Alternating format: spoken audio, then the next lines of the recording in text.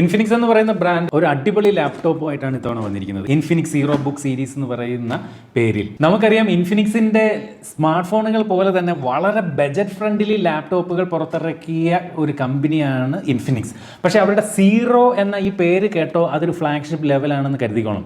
ഇൻഫിനിക്സിന്റെ ഫോണുകൾ തന്നെ zero series ഉണ്ട്. അതുപോലെ ഇൻഫിനിക്സിന്റെ ഒരു ഫ്ലാഗ്ഷിപ്പ് ലെവൽ ലാപ്ടോപ്പാണ് ഈ ZEROBOOK എന്ന് പറയുന്ന കാറ്റഗറിയിൽ ഇൻഫിനിക്സ് ഇറക്കുന്നത്. അപ്പോൾ ഈ ഒരു ലാപ്ടോപ്പിനും ഒരു ചില പ്രത്യേകതകളുണ്ട്. ഇൻഫിനിക്സ് പുറത്തിറക്കുന്നത് ആയതുകൊണ്ട് തന്നെയും ഇതിന്റെ സ്പെസിഫിക്കേഷൻ വെച്ച് നോക്കിക്കഴിഞ്ഞാൽ പ്രൈസ് വളരെ കുറവാണെന്ന് പറയേണ്ടി വരും. കൃത്യമായിട്ട് പറഞ്ഞാൽ ഈ ഒരു ലാപ്ടോപ്പ് എന്ന് പറയുന്നത് ഇന്റൽ i9 13th ജെൻ പ്രോസറുമായിട്ട് വരുന്നതാണ്. എച്ച് സീരീസിലുള്ള പ്രോസറുമായിട്ട് വരുന്നതാണ്. ഈവൻ 32 GB റാം, അതും LPDDR5X റാമാണ് ഇതിനകത്ത് നൽകിയിരിക്കുന്നത്. അപ്പോൾ അത്രയും സ്പെസിഫിക്കേഷൻ ടോപ്പിൽ വരുന്ന ഒരു ലാപ്ടോപ്പ് സാധാരണഗതിയിൽ ഒരു 1.5 ലക്ഷം രൂപയെങ്കിലും മറ്റ് ബ്രാൻഡുകൾക്കാവും. പക്ഷേ ഇവിടെ ഈ ഒരു ഇൻഫിനിക്സ് വളരെ കുറഞ്ഞ ഒരു വിലയ്ക്കാണ് ഈ ഒരു laptop as compared to other brands വളരെ കുറഞ്ഞ ഒരു വിലയ്ക്കാണ് ഈ ഒരു ലാപ്ടോപ്പ് ഇൻഫിനിക്സ് വിൽക്കുന്നത്. എന്തായാലും നമുക്ക് പെട്ടെന്ന് അൺബോക്സ് ചെയ്ത് ഈ ഒരു ലാപ്ടോപ്പിൻ്റെ ഒരു ഇനിഷ്യൽ ഇംപ്രഷൻസ് നമുക്കൊന്ന് പെട്ടെന്ന് നോക്കാം. പാക്കിംഗ് തന്നെ നല്ലൊരു പ്രീമിയം ബോക്സിലൊക്കെയാണ് ഇൻഫിനിക്സ് വന്നിരിക്കുന്നത്. ഈ ഒരു ബോക്സ് എന്നുണ്ടല്ലേ അടിപൊളി ബോക്സ്, കണ്ടു കഴിഞ്ഞാൽ തന്നെ അറിയാം ഒരു പ്രീമിയം ലാപ്ടോപ്പ് ആണെന്ന്. അതുപോലെ ഇതിൻ്റെ ആക്സസറി ബോക്സ് ആണിത്.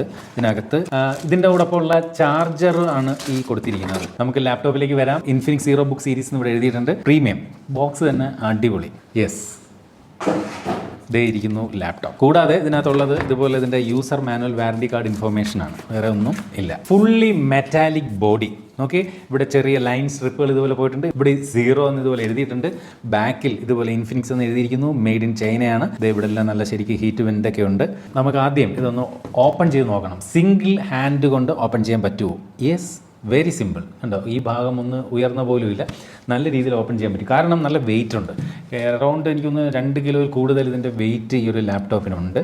ഇത് ഈ ഒരു ഭാഗമൊക്കെ കുറച്ചും കൂടി ഒന്ന് സ്റ്റഡി ആയിരുന്നെങ്കിൽ കൊള്ളാമെന്നൊരു അഭിപ്രായമുണ്ട്. ഇതൊക്കെ ഇവിടെയൊക്കെ വരുമ്പോൾ കുറച്ച് ലൂസായിട്ട് തോന്നും. യെസ്, അത് ആ അടയുന്ന ഭാഗം മാത്രമേ ഉള്ളൂ, അല്ലെങ്കിൽ കുഴപ്പമില്ല. കണ്ടില്ലേ, പ്രശ്നമൊന്നുമില്ല. അതുപോലെ നല്ല സ്പേഷ്യസ് ആണ് ഈ ഒരു ഏരിയ എന്ന് പറയുന്നത്, നല്ല സ്പേഷ്യസ്. പക്ഷേ എത്രയും സ്പേസ് ഉണ്ടെങ്കിലും അവർ ആ ഒരു ന്യൂമറിക്കൽ കീപാഡ് സെപ്പറേറ്റ് ആയിട്ട് കൊടുത്തിട്ടില്ല. കാരണം ഇവിടെ ആയിട്ടാണ് ആ ഒരു സ്പീക്കർ ഔട്ട് കൊടുത്തിരിക്കുന്നത്. അപ്പോൾ അത്രയും സ്പേസ് അതിന് വേണ്ടിയിട്ട് കവർന്നെടുത്തുകൊണ്ടായിരിക്കണം ന്യൂമറിക്കൽ കീപാഡ് കൊടുക്കാതിരുന്നത്. ഇത് ഇന്റൽ കോർ i9 പ്രോസസ്സറാണ്. അതുപോലെ ഇന്റൽ ഐറിസ് XC ഗ്രാഫിക്സുമായിട്ടാണ് ഈ ഒരു ലാപ്ടോപ്പ് വരുന്നത്. ഇവിടെ നമുക്കിത് ഇതുപോലെ ഇൻഫിനിക്സ് എന്ന് എഴുതാം. ഈ ഒരു ഭാഗം ഞാൻ പറഞ്ഞില്ലേ കുറച്ച് ഒരു സ്റ്റഡി അല്ല, കുറച്ചുകൂടെ സ്റ്റഡി ആവണമായിരുന്നു. എന്നുവെച്ചാൽ ഇങ്ങനെയൊക്കെ വയ്ക്കുമ്പോൾ അത് കുറച്ചങ്ങോട്ട് മറിഞ്ഞു പോകുന്ന ഒരു ഫീൽ ഉണ്ട്. ശക്കലം ഭയങ്കരമായിട്ട് വിഷയങ്ങളില്ല. അതുപോലെ ഇത് ഫിംഗർ പ്രിന്റ് കൂടി എനേബിൾ ചെയ്തിരിക്കുന്ന ഒരു പവർ ബട്ടണാണ് ഇത് ഈ ഒരു ഭാഗത്തായിട്ട് കൊടുത്തിരിക്കുന്നത്.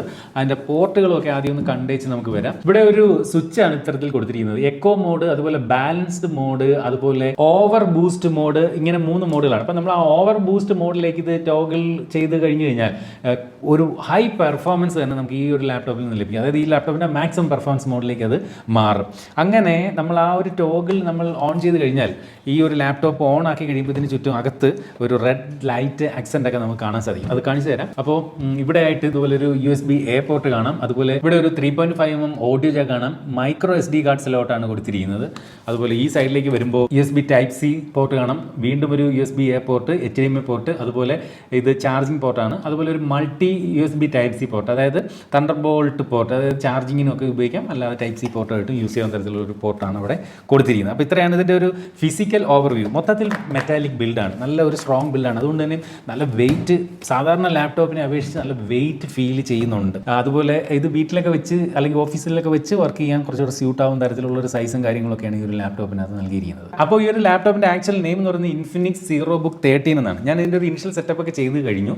അപ്പോൾ ഒറ്റ നോട്ടത്തിൽ നോക്കിക്കഴിഞ്ഞാൽ ഇതിൻ്റെ ഡിസ്പ്ലേ മനോഹരമാണ്. കാരണം നല്ല ഒരു ബ്രൈറ്റർ ആയിട്ടുള്ള ഒരു ഡിസ്പ്ലേ തന്നെയാണ് ഈ ഒരു ലാപ്ടോപ്പിന് കൊടുത്തിരിക്കുന്നത്. ഞാനിപ്പോൾ ഇതിൻ്റെ ഷൂട്ടിങ്ങിൻ്റെ ആവശ്യത്തിന് വേണ്ടി ബ്രൈറ്റ്നസ് കുറച്ച് വെച്ചിരിക്കുകയാണ്. 400 നിറ്റ്സ് ആണ് ഇതിൻ്റെ ഒരു ബ്രൈറ്റ്നസ്. ഞാനൊരു 35% ബ്രൈറ്റ്നസ് കുറച്ച് വെച്ചിരിക്കുകയാണ് ഷൂട്ടിങ്ങിന് വേണ്ടി. നല്ല ബ്രൈറ്റ് ഡിസ്പ്ലേ കാണിച്ചു തരാം. ഫുൾ ബ്രൈറ്റ്നസിലേക്ക് കൊണ്ടുവന്ന് കഴിഞ്ഞാൽ നല്ല ബ്രൈറ്റർ ആണ്. അപ്പോൾ ഔട്ട്ഡോർ വിസിബിലിറ്റിക്കൊന്നും മറ്റ് പ്രശ്നങ്ങളൊന്നുമില്ല. ഇതൊരു IPS ഡിസ്പ്ലേ ആണ്. പക്ഷേ സത്യസന്ധമായി പറയട്ടെ, കണ്ടാൽ ഒരു AMOLED ഡിസ്പ്ലേയുടെ ഒരു ക്വാളിറ്റി നമുക്ക് ഫീൽ ചെയ്യുന്നുണ്ട്. വ്യൂയിങ് ആംഗിളൊക്കെ നോക്കിക്കഴിഞ്ഞാലും യാതൊരു പ്രശ്നവും ഈ ഒരു ലാപ്ടോപ്പിനില്ല. പക്ഷേ ഇതിനകത്ത് ചെറിയൊരു പ്രശ്നം ഞാൻ കാണുന്നത്, ഇത് ആൻറ്റി ഗ്ലെയർ അല്ല ഇതിൻ്റെ ഡിസ്പ്ലേ. അതിൻ്റെ ഗ്ലെയർ നല്ല രീതിയിൽ നമുക്ക് ഇതിനകത്ത് കാണാൻ സാധിക്കുന്നുണ്ട്. ഈ ഒരു പ്രൈസ് റേഞ്ചിൽ വരുന്ന പല ലാപ്ടോപ്പുകൾ ആൻറ്റി ഗ്ലെയർ ഡിസ്പ്ലേ കൊടുത്ത് കാണാറുണ്ട്. എന്ത് തന്നെയായാലും മനോഹരമായിട്ടുള്ള ഡിസ്പ്ലേ തന്നെയാണ്. ഡിസ്പ്ലേ ക്വാളിറ്റി ഒക്കെ അതിമനോഹരം തന്നെയാണ്. നമുക്കൊരു മൾട്ടിമീഡിയ എക്സ്പീരിയൻസ് ഒക്കെ അതിമനോഹരമാണ്. നല്ലൊരു എക്സ്പീരിയൻസ് നമുക്ക് അതുകൊണ്ട് തന്നെ ഈ ഒരു ലാപ്ടോപ്പിന്റെ ഡിസ്പ്ലേ സമ്മാനിക്കും. അതുപോലെ ലാപ്ടോപ്പിന്റെ ഡിസ്പ്ലേക്ക് ചുറ്റുമുള്ള ഈ ബെസലുകളൊക്കെ വളരെ തിന്നാണ്. ഇവിടെ ആയിട്ട് ഒരു ഫുൾ HD റെസൊല്യൂഷൻ ഉള്ള ഒരു വെബ് ക്യാമറയാണ് കൊടുത്തിരിക്കുന്നത്. ഇതിന്റെ വെയിറ്റ് ഞാൻ നേരത്തെ പറഞ്ഞത് ഒരു അല്പം കൂടി പോയി 1.8 kg ആണ് കൃത്യമായിട്ട് ഇതിന്റെ വെയിറ്റ്. 2 കിലോയ്ക്ക് അടുത്ത് എന്തായാലും ഈ ഒരു ലാപ്ടോപ്പിന്റെ വെയിറ്റ് വരുന്നുണ്ട്. നല്ല വെയിറ്റ് എന്തായാലും ഈ ഒരു ലാപ്ടോപ്പിന് ഉണ്ട് തന്നെ. ഈ ഒരു ഡിസ്പ്ലേയുടെ സൈസ് എന്ന് പറയുന്നത് 15.6 ഇഞ്ചിന്റെ ഡിസ്പ്ലേ സൈസ് ആണ് ഇതിനകത്ത് നൽകിയിരിക്കുന്നത്. അപ്പോൾ ഒരു വലിയ ഡിസ്പ്ലേ സൈസ് തന്നെ എന്തായാലും ഈ ഒരു ലാപ്ടോപ്പിൽ കൊടുത്തിട്ടുണ്ട്. അതുപോലെ ഈ ഒരു ലാപ്ടോപ്പിന്റെ ഡിസ്പ്ലേ റെസൊല്യൂഷൻ വന്നിട്ട് ഫുൾ HD റെസൊല്യൂഷൻ ആണ്, 4K അല്ല, ഫുൾ HD റെസൊല്യൂഷൻ ആണ് ഈ ഡിസ്പ്ലേയിൽ കൊടുത്തിരിക്കുന്നത്. എടുത്തു പറയേണ്ട ഒരു കാര്യം 100% sRGB ഈ ഒരു ലാപ്ടോപ്പിൽ നൽകിയിട്ടുണ്ട്. അതുകൊണ്ട് തന്നെ കളർ ആക്യുറേറ്റ് ആണ്. നമുക്ക് ഫോട്ടോഷോപ്പ്, വീഡിയോ എഡിറ്റിംഗ് പോലുള്ള വർക്കുകൾ നമ്മൾ ചെയ്യുമ്പോൾ നല്ല ആക്യുറേറ്റ് ആയിട്ട് കളർ നല്ല രീതിയിൽ ഇതിൽ കണ്ടുകൊണ്ട് നമുക്ക് കാര്യങ്ങൾ ചെയ്യാൻ സാധിക്കും. ഇതിനകത്ത് Wi-Fi 6E ആണ് നൽകിയിരിക്കുന്നത്. അതുപോലെ 96EU Iris Xe ഗ്രാഫിക്സ് ആണ് ഇതിനകത്ത് ഇന്റഗ്രേറ്റ് ചെയ്ത് നൽകിയിരിക്കുന്നത്. അപ്പോൾ ഇതിനകത്ത് ഒരു ഡെഡിക്കേറ്റഡ് ഗ്രാഫിക്സ് കാർഡ് അല്ല കൊടുത്തിരിക്കുന്നത്. പക്ഷേ ഈ ഒരു ഇന്റഗ്രേറ്റ് ചെയ്തിരിക്കുന്ന ഗ്രാഫിക്സ് കാർഡ് നല്ല പെർഫോമൻസ് ഉള്ളത് തന്നെയാണ്. അതുകൊണ്ട് തന്നെ ഡെഡിക്കേറ്റഡ് ഗ്രാഫിക്സ് കാർഡ് ഇല്ല എന്നുള്ളത് ഒരു കുറവായിട്ട് പറയാൻ പറ്റില്ല. കാരണം ഈ പറഞ്ഞ പോലെ ഒരു നല്ല പെർഫോമൻസ് ഉള്ള ഒരു ഇന്റഗ്രേറ്റഡ് ഗ്രാഫിക്സ് കാർഡ് കൊടുത്തിരിക്കുന്നു. അതുപോലെ ഇതിനകത്ത് ബ്ലൂടൂത്ത് വെർഷൻ 5.2 ആണ് നൽകിയിരിക്കുന്നത്. ഇതിന്റെ പ്രോസറിനെ പറ്റി പറഞ്ഞാൽ കൃത്യമായി പറഞ്ഞാൽ ഇന്റൽ കോർ i9 13900H എന്ന് പറയുന്ന പ്രോസറാണ്. അപ്പോൾ i9 അതുപോലെ 13th ജനറേഷൻ പ്രോസറാണ് കൊടുത്തിരിക്കുന്നത്. H സീരീസിലുള്ള പ്രോസറാണ് കൊടുത്തിരിക്കുന്നത്. അപ്പോൾ ടോപ്പ് ലെവൽ പ്രോസർ തന്നെയാണ്, ഹൈ പെർഫോമൻസ് ഓറിയന്റഡ് ആയിട്ടുള്ള പ്രോസർ തന്നെയാണ് ഈ ഒരു ലാപ്ടോപ്പിനകത്ത് നൽകിയിരിക്കുന്നതെന്ന് കാണാൻ സാധിക്കുന്നുണ്ട്. നേരത്തെ ഞാൻ പറഞ്ഞ പോലെ 32GB LPDDR5X റാമും അതുപോലെ 1TB SSDയുമാണ് ഈ ഒരു ലാപ്ടോപ്പിൽ നൽകിയിട്ടുള്ളത്. വിൻഡോസ് ഹോം 11 എഡിഷൻ ഇതിനകത്ത് പ്രീ ഇൻസ്റ്റാൾഡ് ആയിട്ട് വരുന്നുണ്ട്. അതുപോലെ മൈക്രോസോഫ്റ്റിന്റെ Word Excel PowerPoint MS Office അത് 1 ഇയർ സബ്സ്ക്രിപ്ഷൻ നമുക്ക് ഇതിനകത്ത് നൽകുന്നുണ്ട്. അപ്പോൾ നമുക്ക് 1 ഇയർ നമുക്ക് ഫ്രീ ആയിട്ട് ഈ പറഞ്ഞ വേഡ് എക്സൽ പവർ പോയിന്റും നമുക്ക് ഇതിനകത്ത് യൂസ് ചെയ്യാം. 70 വാട്ട്-അവറിന്റെ ബാറ്ററിയാണ് ഈ ഒരു ലാപ്ടോപ്പിനോടൊപ്പം നൽകിയിരിക്കുന്നത്. അതുപോലെ അത് ചാർജ് ചെയ്യാനായിട്ട് 90 വാട്ട് ചാർജറാണ് ഈ ഒരു ലാപ്ടോപ്പിന്റെ ബോക്സിനോടൊപ്പം കൊടുത്തിരിക്കുന്നത്. നമുക്ക് രണ്ട് രീതിയിൽ ചാർജ് ചെയ്യാൻ വേണമെങ്കിൽ ടൈപ്പ് സി ചാർജിങ് കേബിൾ ഉപയോഗിച്ചുകൊണ്ട് ചാർജ് ചെയ്യാം, അല്ലെങ്കിൽ ഇതിനോടൊപ്പം വരുന്ന ചാർജർ ഉപയോഗിച്ചുകൊണ്ട് ചാർജ് ചെയ്യാം. പക്ഷേ എടുത്തു പറയേണ്ട ഒരു കാര്യം, ഇതിന്റെ ചാർജറിന്റെ കേബിളിനൊന്നും അത്ര ഒരു ക്വാളിറ്റി ഇല്ല. അതുപോലെ ചാർജർ പിന്നിനൊന്നും അത്രയും ഒരു ക്വാളിറ്റി ഇല്ല എന്നുള്ളത് ഓർമ്മിപ്പിക്കട്ടെ. അപ്പം ഞാൻ ഇതിനകത്ത് കണ്ട ചില കുറവുകൾ കൃത്യമായിട്ട് പറയുകയാണെങ്കിൽ ഈ പറഞ്ഞ പോലെ ഈ ഒരു ഡിസ്പ്ലേ ഈ ഒരു ഭാഗം അത് അത്ര ഒരു സ്റ്റഡി അല്ല എന്നുള്ളത് ഒരു കുറവായിട്ട് എനിക്കിത് ജസ്റ്റ് ഈ ഒരു ഫസ്റ്റ് ഇംപ്രഷനിൽ തോന്നി. അതുപോലെ ഇതിൻ്റെ ഈ പറഞ്ഞ ചാർജർ ആ കേബിൾ ഏരിയ അതിൻ്റെ ഒരു ക്വാളിറ്റി കുറവെന്ന് നമുക്ക് ഫീൽ ചെയ്തു. ഇത് രണ്ടുമാണ് ഇതിനകത്ത് എനിക്ക് കുറവായി തോന്നിയത്. അതർവൈസ് മികച്ച ഒരു ബിൽഡ് ക്വാളിറ്റി ഉണ്ട്, മികച്ച ഡിസ്പ്ലേ ക്വാളിറ്റി ഉണ്ട്, മികച്ച പെർഫോമൻസ് കാഴ്ചവെക്കും. ഇതിനകത്ത് നമുക്ക് 4K വീഡിയോ എഡിറ്റിംഗ് ഒക്കെ ചെയ്യാം. അതുപോലെ മികച്ച ഗെയിമുകളൊക്കെ നമുക്ക് ഇതിനകത്ത് കളിക്കാൻ സാധിക്കും. കാരണം അത്രയും മികച്ച ഒരു പെർഫോമൻസ് കാഴ്ചവെക്കുന്ന പ്രോസർ തന്നെയാണ് ഈ ഒരു ലാപ്ടോപ്പിനകത്ത് നൽകിയിരിക്കുന്നത്. ഗ്രാഫിക്സ് കാർഡ് ഈ പറഞ്ഞ പോലെ ഇൻറ്റഗ്രേറ്റഡ് ആണെങ്കിലും അതിന് വില കുറച്ച് കാണാൻ സാധിക്കില്ല. മികച്ച ഒരു ഗ്രാഫിക്സ് കാർഡ് തന്നെയാണ് ഈ ഒരു ലാപ്ടോപ്പിനകത്ത് നൽകിയിരിക്കുന്നത്. അടുത്തായിട്ട് ഇതിൻ്റെ ഒരു ഹൈലൈറ്റ് എന്ന് പറയുന്നത് ഇതിൻ്റെ പ്രൈസിങ് തന്നെയാണ്. ഈ ഒരു സ്പെസിഫിക്കേഷൻ ഉള്ള ഒരു ലാപ്ടോപ്പ് അതിനകത്ത് ഒരു കാര്യം കൂടെ പറയട്ടെ, ഈ 32GB എന്ന് പറയുന്നത് നമുക്ക് റാം എക്സ്പാൻഡ് ചെയ്യാൻ സാധിക്കില്ല. എന്നാൽ നമുക്ക് ഇതിനകത്ത് ഇന്റേണൽ സ്റ്റോറേജ് നമുക്ക് എക്സ്പാൻഡ് ചെയ്യാൻ സാധിക്കും. വേണമെങ്കിൽ വേറെ അഡീഷണൽ SSD വെച്ചുകൊണ്ട് നമുക്ക് സ്റ്റോറേജ് അപ്ഗ്രേഡ് ചെയ്യാൻ സാധിക്കും. പ്രൈസിലേക്കാണ് വന്നത്. സാധാരണ ഈ ഒരു സെറ്റപ്പുള്ള ഒരു ലാപ്ടോപ്പിന് മറ്റ് ബ്രാൻഡുകളുടെ ഭാഗത്തേക്ക് പോയാൽ എങ്ങനെ പോയാലും 1 ലക്ഷത്തിൽ പുറത്ത് ഒരു 1.25-1.5 ലക്ഷം രൂപയ്ക്ക് അടുത്ത് വില വരും, ഇത്രയും ടോപ്പ് പ്രോസറുമായിട്ട് വരുന്ന ഒരു ലാപ്ടോപ്പിന്.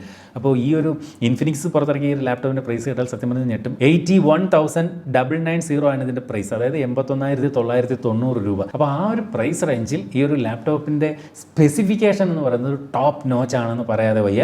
ഈ പറഞ്ഞ പോലെ ബിൽഡ് ക്വാളിറ്റിയിൽ ഈ ഒരു ഡിസ്പ്ലേയുടെ ആ ഒരു ഭാഗത്തും ആ ഒരു ചാർജർ കേബിളിൻ്റെ ഒരു ക്വാളിറ്റിയിലും ചെറിയ വിട്ടുവീഴ്ച ഇൻഫിനിക്സ് ചെയ്തിരിക്കുന്നതായിട്ട് നമുക്ക് കണ്ടെത്താൻ ഇതിൻ്റെ ഒരു ഫസ്റ്റ് ഇംപ്രഷനിൽ സാധിച്ചു. അപ്പോൾ ഇതാണ് ഇൻഫിനിക്സ് ZEROBOOK 30 എന്ന് പറയുന്ന ഒരു ലാപ്ടോപ്പിൻ്റെ വിശേഷങ്ങൾ.